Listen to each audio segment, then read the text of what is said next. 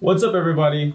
What do people like Elon Musk, Steve Jobs, and Richard Branson have in common? Well, they're known to be very creative and they have a lot of output of new ideas. However, when you think about it, there's only actually a few things that come to mind, even though they're known to create a lot of other products. Well, the reason is because of all the many things they've experimented with, only a few actually stick. And today I'm going to be talking about things that creative people struggle with. Do people tell you that you have a lot of great ideas, you're really creative, but when it comes to implementing these ideas, there's something that's kind of missing? If so, this video is for you. Here's the truth. No matter how good your idea is, it still needs to be implemented. Ideas are execution's the game. Did you know that raising a lot of capital doesn't necessarily mean that your business will take off?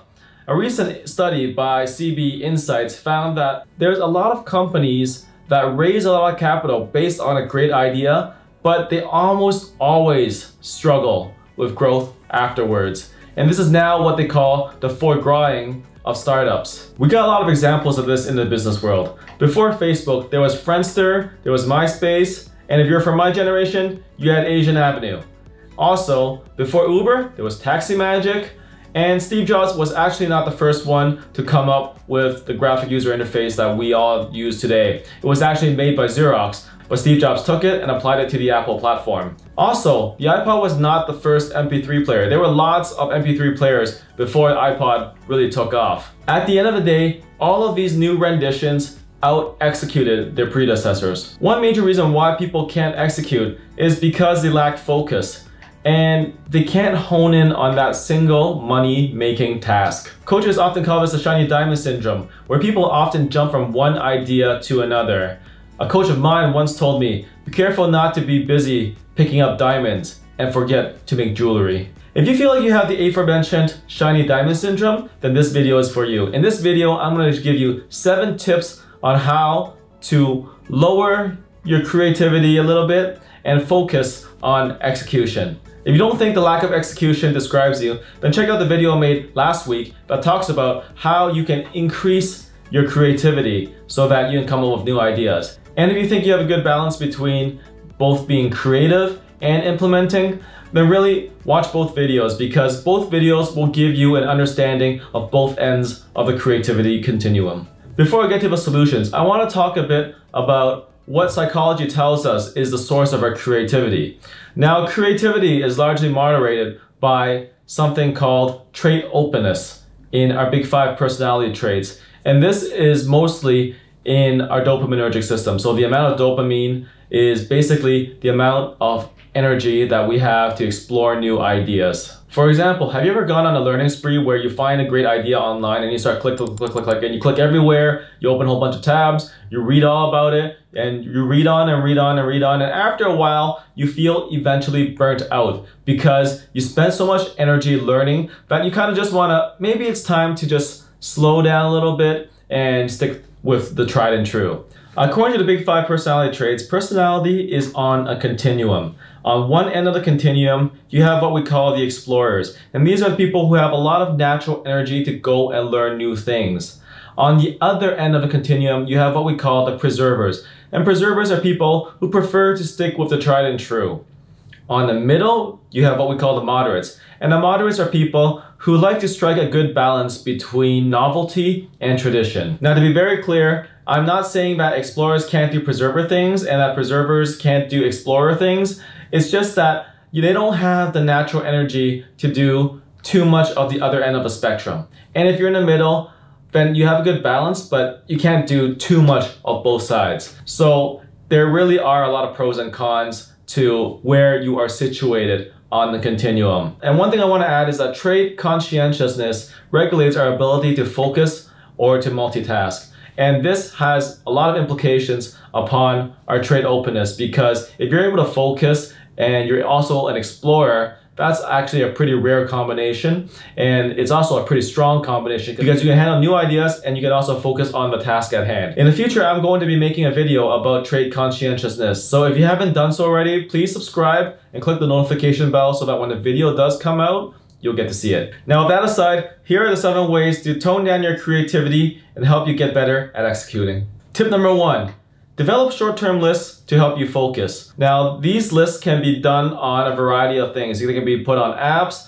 they can be put on a calendar, they can be put on, on a post-it note, and you just gotta scratch things out one at a time whenever you get it done. But the key point is having a list can help you focus. Now, if you haven't done so already, check out James Clear's book called Atomic Habits, because it teaches you how to track your habits and also how to put systems in place to increase your conscientiousness so that you can remain focused on the tasks at hand. Now, one thing I really like about James Clear's book is that in there he talks about different ways to track your habits. So one good thing that he talks about tracking is having a physical calendar placed in your room somewhere prominent is a great idea, because nothing really motivates us more than seeing things actually crossed out in front of you. It's like, I got it done today. So over time, once you see weeks crossed out, months crossed out, it actually creates a very strong sense of accomplishment, and it actually becomes a part of your identity. It becomes who you are because you are able to do these things consistently. So one great tip for helping you focus is to use these short-term lists and actually track them. And this brings me to my second point. Limit the amount of projects you commit to so that you can reach a sense of closure. One thing about people who are high in trade openness is that they like to embrace new ideas and try new things out. So one way to get rid of this type of mental clutter is to actually organize yourself. And in this case, I highly recommend something called the Eisenhower matrix. On the Eisenhower matrix, you have two axes. One axis is what is important, and the other axis is what is urgent. Now, for something that is urgent and important, you need to do it immediately, right?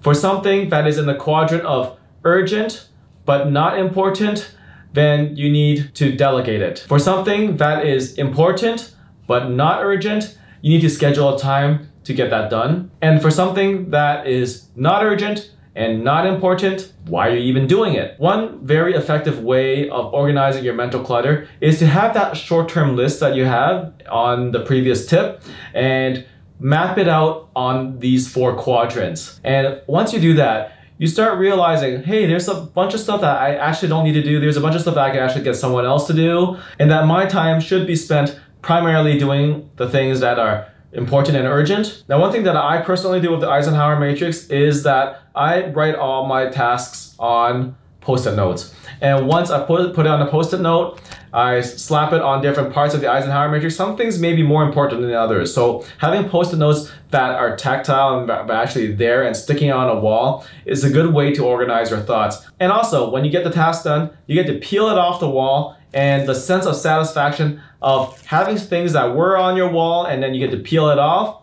is pretty awesome. Now, the third tip that I have is to commit to the idea of depth over breadth.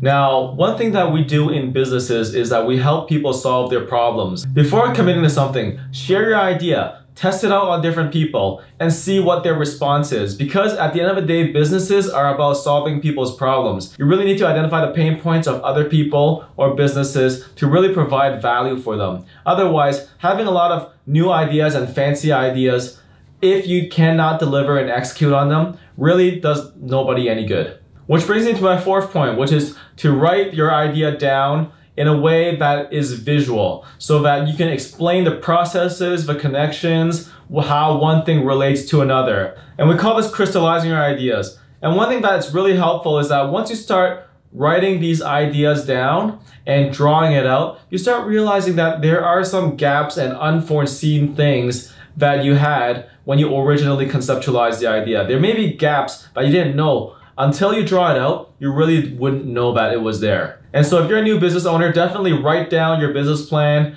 and map out what your plans are in the next year or two, because this will help you be a lot more practical than have a pie in the sky idea that you can't eat on the ground. The fifth tip that I have is to find a coach or a mentor who is moderate in trade openness. And this is really important because this coach is able to see both sides of the continuum, and they'll be able to give you feedback on your short-term list so that you can get the maximal benefit from this list. The sixth tip that I have is to hang around people who are lower in trade openness. And the sixth tip is actually the remaining 2 tips, right? Because it's about being around people or putting people around you. The first option is to bring them into your team. And when I say bring them into your team, that's actually a really important aspect of leadership. Leaders tend to be higher in trade openness and managers tend to be lower in trade openness. Essentially, what I'm saying is if you are a leader with a creative idea, it's important to bring in people who will hold you accountable to the KPIs, to the progress, and to track the whole project. So for example, it's well known that Sir Richard Branson is open to a lot of new ideas and he's always looking for the next thing to invest in.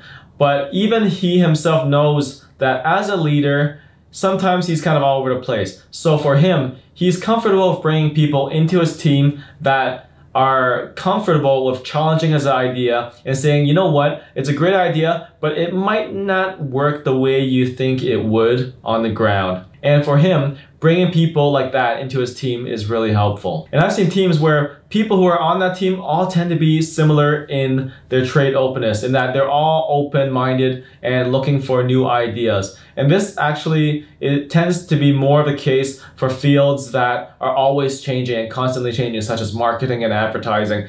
And these people, yeah, the fact that they chose this industry in the first place means there's a huge selection effect that these people tend to have these types of predispositions. But it's precisely for this reason that they should bring people who are a little bit lower in trade openness, maybe in the mid-level, maybe not in the low level, but in the mid-level, who actually have some energy to think, how is this actually going to be implemented? And is it going to be effective? So the second option for this tip is to do volunteer work. And when I say volunteer work, it's because people who are in this field tend to be much more grounded and they think about application. It's also good for the soul and opens you up to new experiences. And if you're higher in trade openness, it works because it gives you new experiences to explore. So essentially, the sixth tip is to put people around you or be around people who are lower in trade openness. If you like this video, please give it a like and comment below and let me know what else you want to hear about. And also, don't forget to subscribe and click the notification bell and share with your friends. Take care.